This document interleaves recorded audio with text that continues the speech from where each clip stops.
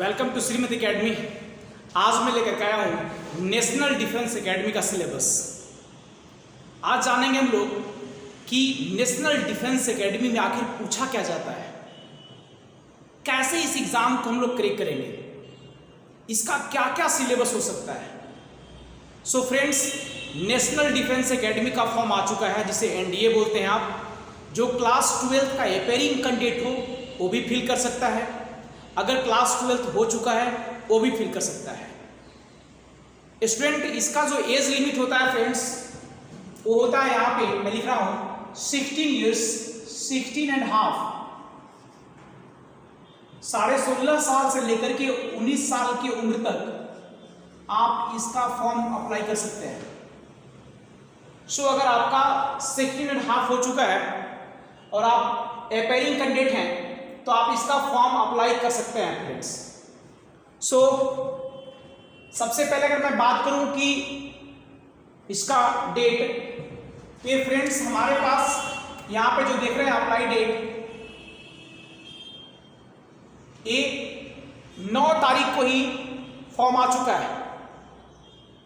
9 जून को फॉर्म भरने का डेट स्टार्ट हो चुका था और इसका आखिरी डेट है बेटा 29 को। इसी 29 जून का आखिरी डेट है। अगर जो विद्यार्थी इस फॉर्म को अभी तक फिल नहीं किए हैं वो प्लीज इसे फिल कर लीजिए।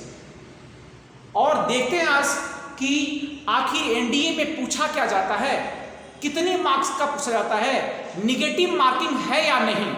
सबसे पहले हम इसके बारे में बात करेंगे। तो फ्रेंड्स, अगर मैं बात करूं सिलेबस की, तो एनडीए 2 पैटर्न का एग्जाम लेता है। एक तो आपका होगा रिटन एग्जामिनेशन। अगर आप रिटन एग्जाम क्वालिफाई कर जाते हैं तो फिर आएगा एसएसबी इंटरव्यूज 5 डेज का।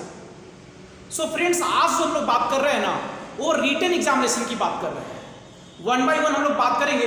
रिटन एग्जामिनेशन के अगर सिलेबस की मैं बात करूं तो रिटन एग्जामिनेशन के सिलेबस में जो पेपर होगा वो 2 प्रकार के होंगे, पेपर 1 और पेपर 2। पेपर 1 जो होगा उसमें मैथमेटिक्स पूछा जाता है, और आप देखिए कि मैथमेटिक्स में किस तरह से बात करेंगे हम लोग। और सेकंड पेपर में जनरल एबिलिटी टेस्ट, जो इस तरह से मेंशन किया है मैंने, यहां पर लिखा हुआ है सिलेबस में पेपर कितने होंगे, 2। पहला क्या होगा, मैथमेटिक्स, और दूसरा क्या होगा, जनरल एबिलिटी टेस्ट, जिसे हम लोग GAT शॉर्ट में लिखते हैं। अगर मैं मैथमेटिक्स की बात करूं तो यहां पर देखें, मैथमेटिक्स जो होगा वो क्लास 11th एंड 12th का होता है। 11th एंड 12th का आपके पास मैथमेटिक्स होगा। मैथमेटिक्स का जो सिलेबस होगा वो क्लास 11th एंड 12th का होगा, जिसके अंदर में नंबर ऑफ क्वेश्चंस जो होंगे वो होगा 120, 120 क्वेश्चन होगा फ्रेंड्स।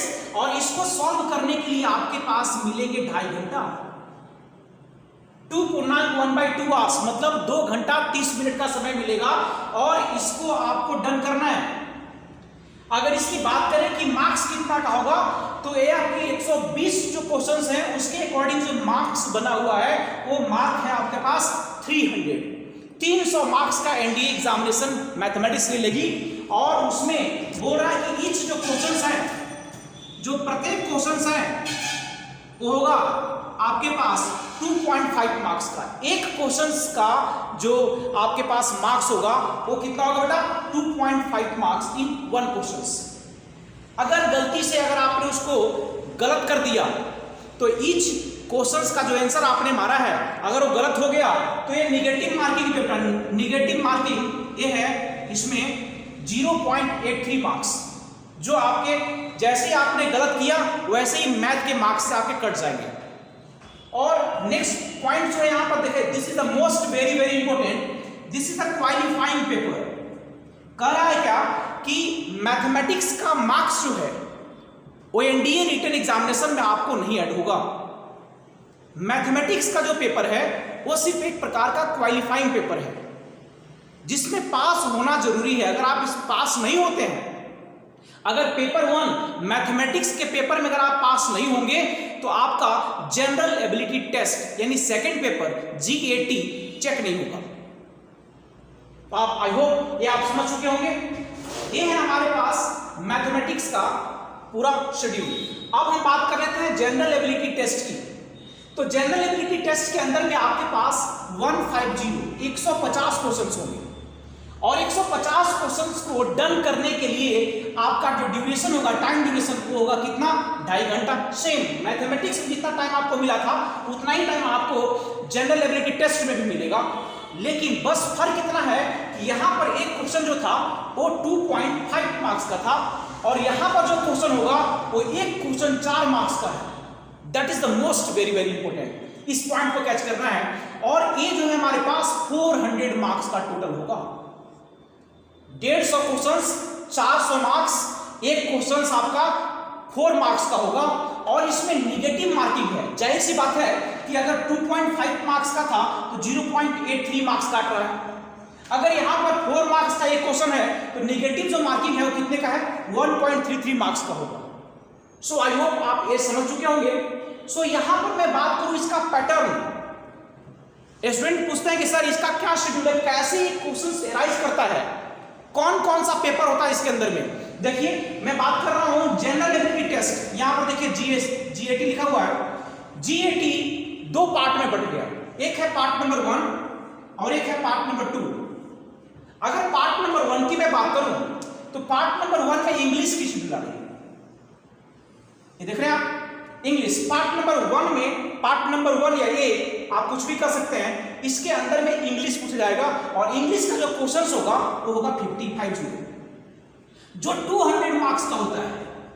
इसका मतलब है कि इंग्लिश का जो उसमें क्वेश्चन होगा वो 50 होगा, जो कितना होगा 200 मार्क्स का होगा। सेकेंड जो पार्ट है वो बी, जिसके अंदर में जनरल स्टडी आता है।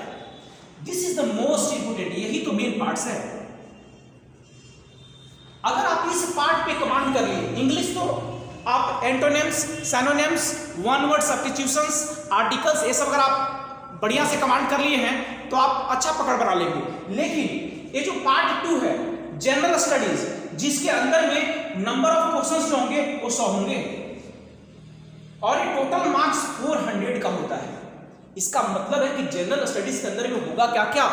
तो जनरल स्टडीज के अंदर में आपके पास सबसे पहले आता है जनरल साइंस। जनरल साइंस जो होता है उसके अंदर में क्वेश्चन कहां से आएंगे, फिजिक्स, केमिस्ट्री एंड बायोलॉजी। तो यहां पर फ्रेंड्स देख रहे हैं आप, फिजिक्स, केमिस्ट्री एंड बायोलॉजी का ये 3 पार्ट्स हैं। ये फिजिक्स के लिए, केमिस्ट्री एंड बायो। अप्रोक्सीमेट यहां से भी 200 मार्क्स पूछ लेते हैं। अगर मैं फिजिक्स की बात करूं तो फिजिक्स से अप्रोक्सीमेट 100 मार्क्स के क्वेश्चन पूछे जाएंगे, 100 मार्क्स। और यहां से भी दोनों मिलाकर के, इसको मिलाकर के यहां से भी आपके पास 100 मार्क्स बन जाएगा। इसका मतलब है यहां से भी आपके पास 200 मार्क्स कवर कर लिया। यहां 200 मार्क्स कहां से कवर किया था, इंग्लिश से, और 200 मार्क्स आपका साइंस ले लिया। तो बाकी बचा क्या आपके पास, जनरल स्टडीज। और जनरल स्टडीज कहने का मतलब क्या, history, geography, civics, polity, economics and general knowledge, that means to current affairs. So यहां पर लिखा हुआ है, यहां पर आप देख रहे हैं फ्रेंड्स ये वाला, और ये भी आपके पास यहां से मान लीजिए कितना आ जाएगा, 200 मार्क्स, 200 मार्क्स। तो ये हमारे पास आप जो देख रहे हैं ये सारा शेड्यूल ये एनडीए के लिए है। अगर मैं बात करूं दोनों पेपर की कि दोनों पेपर कितने मार्क्स के बने, तो अगर मैं बात करूं रिटन एग्जामिनेशन की, एनडीए रिटन एग्जामिनेशन की मैं बात करूं तो यहां से देखिए 300 मार्क्स आपने यहां से मैथमेटिक्स के लिए, और 600 मार्क्स यहां से 400 और यहां से 200, कितना हो गया 600 मार्क्स आपने जनरल एबिलिटी से गेन किया है। तो टोटल कितने हो गए, मैथमेटिक्स का आपके पास 300 और जीएटी जनरल एबिलिटी टेस्ट कितना 600, ये टोटल कितना हो गया 900। इसका मतलब है 900 का टोटल रिटन एग्जामिनेशन आप दिए हैं। एनडीए के रिटन एग्जामिनेशन में टोटल नंबर ऑफ क्वेश्चंस जो होगा मैथमेटिक्स के लिए अलग सेपरेट किया गया है और जनरल एबिलिटी के लिए अलग किया गया है। और मैथमेटिक्स क्या है, क्वालिफाइंग पेपर है जिसमें पास होना नेसेसरी है। अगर आप 100, 100, 120, 130 नंबर भी ऐसे भी ले आते हैं, 130 मतलब 150 अगर ले आए, 50% भी 120 भी ले आए तो क्वालिफाई कर जाएंगे। अगर क्वालिफाई कर गए then you can go GAT, तभी आपका पेपर जांच होगा, अदरवाइज नहीं होगा। सो फ्रेंड्स ये वीडियोस अगर आपको पसंद आ रहा हो सो प्लीज इसे लाइक कीजिए, सब्सक्राइब कीजिए और जितना हो सके फ्रेंड्स इसे शेयर कीजिए। Thank you so much.